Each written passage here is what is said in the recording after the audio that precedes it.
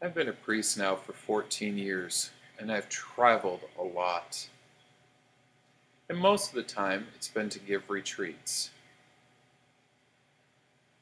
Deaf Catholic groups invite me to give retreats on occasion.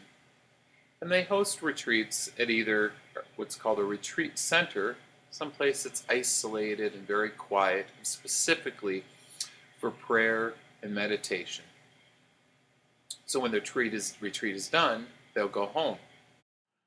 Other groups will host them at churches. So at the end of each day of the retreat, they return home, and spend the night, and come back in the morning to finish the retreat out. Now I'd like to ask you,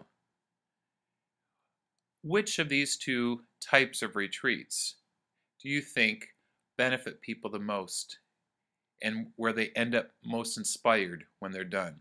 Well, I'll tell you, it's the ones that are held at the retreat centers because there's less distraction.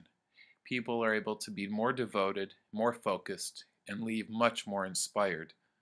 The ones that are held at churches tend to be full of distractions. People go home at night and watch TV, talk to their friends, maybe wake up late. So people that have retreats at churches tend to walk away much less inspired.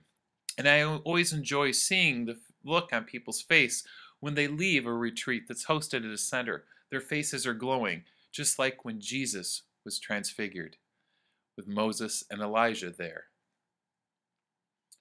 Today's gospel says that Jesus took 3 of the apostles to see him transfigure on the mountain. Now, why did he take them clear up to the mountain? Because he wanted a quiet, isolated place. Now, what if he had not taken them there?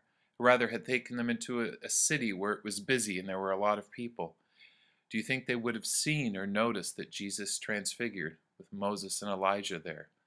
Probably not. They would have been distracted. That's why Jesus took them to the mountain where it was quiet, so they could recognize the full glory of his transfiguration and Moses and Elijah. And this is the same point I was trying to make last week in my homily, that it's so important for each and every one of us to take time every single day during Lent to find a quiet place to pray.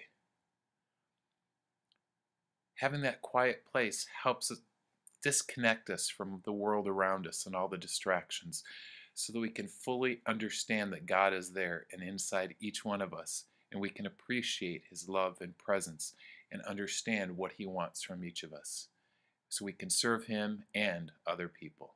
Thank you, and God bless.